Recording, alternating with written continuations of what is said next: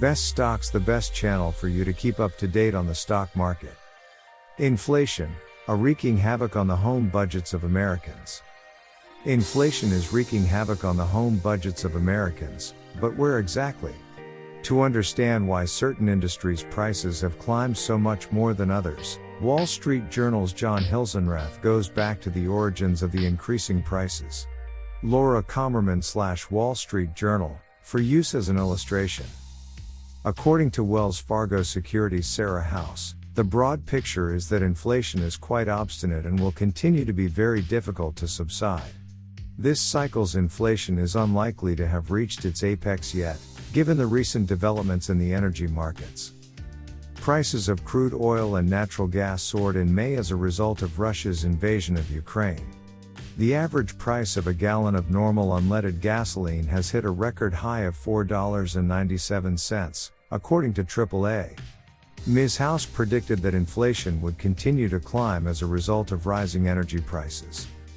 According to her, we've seen a perfect storm of those variables striking, with some large refinery closures, given everything from the ramifications of the Russian invasion of Ukraine to Chinese lockdowns and simply the sheer thirst for travel. Since the beginning of this year, supermarket prices have climbed at an annual rate of more than 10%, a rate not seen since the early 1980s. Paul Ashworth, the chief North American economist at Capital Economics, says that food costs have risen more widely than in the early stages of the epidemic when meat prices accounted for most of the increase. Citrus trees and poultry are infected by illnesses, not merely the weather. According to him, the Ukraine crisis has led to a rise in the cost of baked products and cereals. This is not discretionary expenditure for individuals on lower incomes, Mr. Ashworth added. It's not enough to just substitute cheaper food types, cheaper meat cuts, for example, for more expensive options. The tight labor market in the United States, where demand for employees far outstrips supply, is putting upward pressure on prices throughout much of the economy. Unemployment fell to its lowest level in more than 50 years last month as employers created 390,000 new jobs. While more than 6.5 million jobs were created in the last year, the percentage of Americans working has decreased since the epidemic began. Inflationary pressures are increasing as a result of these processes. As inflation takes a toll on the purchasing power of many Americans, strong wage and job increases are helping to keep the economy from collapsing. Many businesses are raising prices as a result of rising labor expenses due to a lack of workers. As the effects of COVID-19 fade, demand for travel and other services has increased, driving up costs for airline tickets, hotels, and restaurants. Even if summer activities such as vacation are in great demand, increasing costs are cutting into the profits of many company owners. Group visits to Piedmont have been canceled by author Suzanne Hoffman because of the epidemic. This summer, a lot of tourists have paid their deposits back and are finally able to go on their vacations.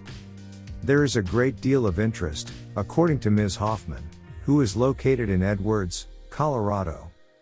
When it comes to the actual expenses of doing the excursions, she says, passengers on those postponed trips are now paying 2019 rates. As a result, Ms. Hoffman's financial situation is deteriorating to the point that she may decide to discontinue organizing future trips. My October tour has been canceled.